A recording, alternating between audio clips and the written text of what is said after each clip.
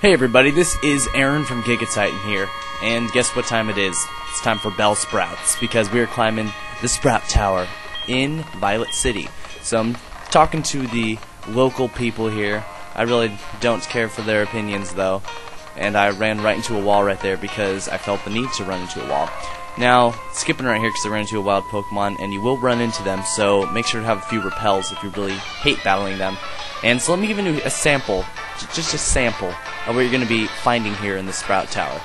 A bunch of guys with shaved heads dressed up like, you know, monks with Bellsprouts. Yeah, that's pretty much all you're going to find here. So, you know, that's it. So just scratch them, burn them, I don't know, do whatever you do to defeat them. But they're incredibly easy, especially if you've overtrained like me.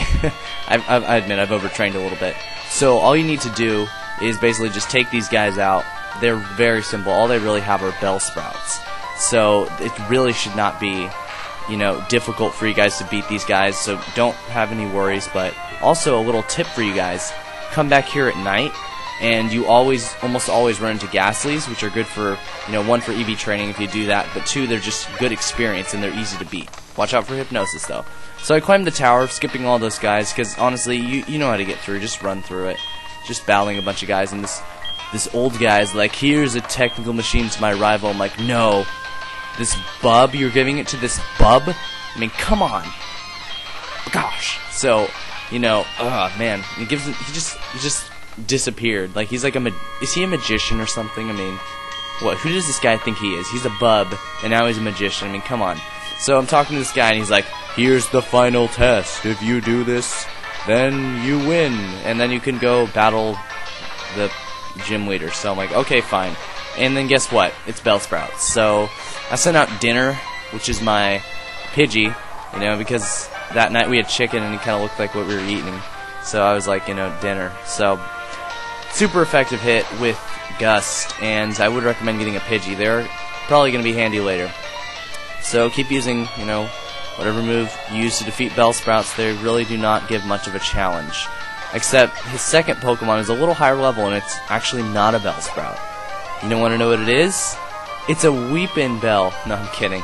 That'd actually make a little more sense. It's a Hoot Hoot, actually. And so I switch out Dinner. I send in Onyx because you can use Rock Throw and throw it at him and do massive damage. And I just use Rock Throw. Really not much you need to worry about. I just crush this little, you know, bird, you know, and it uses Peck. It's not going to really present a challenge again. You know, save your potions and all that stuff for the Violet City Gym Leader, who's going to give you a lot more trouble, as you're going to see in the gym battle in just a few minutes. So Onyx is, you know, gaining experience, and then he has another Bellsprout. So I'm like, okay, I'll just switch, and I'll send Dinner out again to take him out. And you get a lot of experience though, so, you know, it's not totally worthless to battle these guys. I mean, you get experience for it. And so you just use Gust again, you know, use whatever is best for you, and almost knock it out. You know, you gotta give props to Nintendo. Listen to the music. It's just absolutely incredible what they did. It's just like, it's like reliving my childhood. I love it. And I finish off Bellsprouts, and so he's down and out for the counts. And now, level up with Dinner. So my Dinner is level 12 now. And you get $1,200 for winning, you know. And so he's like, that was great. You can beat Falconer now. Here's Flash, so you can flash everybody. Wait, no, don't do that. And so you can illuminate caves and stuff. You could try it on Bellsprout, for example. He's like, trying to make me use it. And I'm like, heck no. And so there's this handy rope. I guess some of the other monks escaped, realizing how stupid this place was, and they jumped out the window. And I guess they left the rope here, so why not? I'll just go ahead and use it. And this guy's like, no, wait, I want to get out too. And I'm like, screw you. And so we are outside now. And so I'm going to go ahead and skip this part. It's, you know, afternoon, and so let's go to the gym after a quick recovery at the Pokemon Center.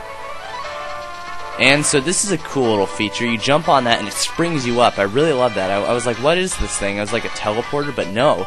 It's a giant spring that takes you to a place in the sky. So I'm going to go ahead and show you this first battle here against one of Falconer's cronies. and his name is Birdkeeper Abe. And so I send in bolts, and I go ahead and I just use, I think he's water gun here. So he's just growling at me. Just like, this guy's so stupid though, you'll see what he does. Actually he's rage. I was like, rage! So that didn't do much because he lowered my attack. So I go for a water gun here. But he insists on using growl still. So I'm like, dude, what is your beef? Beef. What is your beef? You're using that, and I'm just gonna go ahead and water gun you because, you know, that's the smart thing. And he insists. He's like, no, use a physical attack. I'm gonna growl at you until you do. And I'm like, no way, buddy. I'm not going to. So sorry. So I just knock out his Spearow, who obviously, you know, didn't understand that, you know, there's a difference between physical and special. I guess he wasn't here for the physical special split, and he's stuck in the past still. So whatever. I get $238 for beating that chump. And then I beat the other guy, but you don't need to see that. And I'm Falconer. You can clip wings with electricity. Is that a new invention? I'll show you the magnificence of bird Pokemon. Falconer with stuff. Boom, boom, boom, boom, boom. And just a little cool pose right there. He's like, you know, for a film or something, action movie. Hope it has Jack Bauer in it. Now, water gun does good amount of damage to Pidgey. This Pidgey isn't very threatening. It's just gonna kick some sand in my face, and so that wasn't really that useful for him. I use water gun, and I super soak him. Sorry, I don't even know where that came from. And Bolt is going to just scratch that thing because I don't want to use water gun. And so after that, most likely you're going to have your accuracy lowered. Like, he used it on me, and I'm assuming he's going to use Sand Attack on you, so I would recommend switching right here, just for some tips if you guys are having a little difficulty beating him. Definitely switch out, because now your accuracy will go back to normal when you switch in later if you need to. And so he sends his Pidgeot. I'm like, this guy's just push over, and he's like, the wind is with us. And so he uses Gust, and he actually does quite a bit of damage, even though Onix should, you know, he has good defense, but Pidgeot is a higher level. Now I use Rock Throw. This super effective, does a little bit of damage, and then here is the most annoying part, is that now that Pidgeotto has Roost, and that's because, you know, the 4th gen came out. They have to have some 4th gen moves, so he's much harder than he used to be. And as you noticed there, I didn't get a super effective hit, and you're wondering why. Well, because Roost, for the turn you use Roost, your flying type is taken away. So then, you know, if you don't have a type after that, if, like, you know, there's no pure flying types though, except for Arceus, but you know. So that's why he didn't get a super effective hit if you were wondering that. And so Pidgeotto uses Gust. He's trying to blow me away with his winds. Although I don't, if you were like thinking realistically, Gust should not do like anything to a giant snake made of rocks. You know? So Pidgeotto uses Roost again, as you can see, and this is where it's annoying when you have a rock type move, or any move that's, you know, super effective against flying. Well, I missed there, which is kind of annoying. And then Pidgeotto uses Gust again, just insists on using Gust, and they get a critical hit. I mean, of all the luck. So unfortunately Onix goes down. He's down for the count. So I'm gonna have to send in my ultimate Pokemon, Bolt. You get it, you're in charge, because Bolt's like light. No, you didn't really care, do you? Now, Pidgeotto uses Roost again, and this is gonna bug the crap out of you. So I do recommend, if you have an X attack or something like that, you might want to use it. And I'll show you where to get those later, especially for against Whitney. Trust me, you're gonna need him. Now, Pidgeotto uses Gust again, and just keeps using Gust. I scratch him because I'm thinking that's gonna be doing more damage than Water Gun. And they use Gust again, and I use Scratch again, and doesn't quite knock it out. And then they use Roost, because I mean that's the smart thing to do. And I'm at half health now, so I'm getting kind of annoyed. I'm like, you need to die, my friend. I use Scratch, and guess what? It doesn't do much at all, and I'm getting very annoyed right here. Pidgeotto uses Gust. I'm almost down, and I use Scratch, and I get a critical hit. I'm like, serves you right, you stupid bird.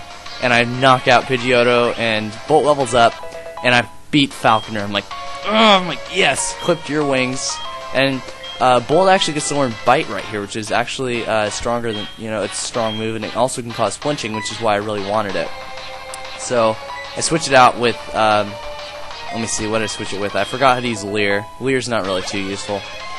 And I get a lot of experience from that, almost level up again, and I defeated Leader Falconer. Yes, he's like, I will bow out gracefully, because I'm just really sad. And I love the little background here, it's all this like nice little peachy sky. And so I received the Zephyr badge, and Totodile's obviously celebrating, he's jumping up and down with victory. And so up to level 20, any Pokemon will obey you, and you can use Rock Smash anywhere. And so I get TM51, which is changed from the original Gold and Silver, which is now Roost. And so it restores half the max HP. So as for your next move, I would suggest you go to Azalea Town, and I would suggest to him for your next move to get better Pokemon. So jump down the little springy thing, and we are off. See you next time.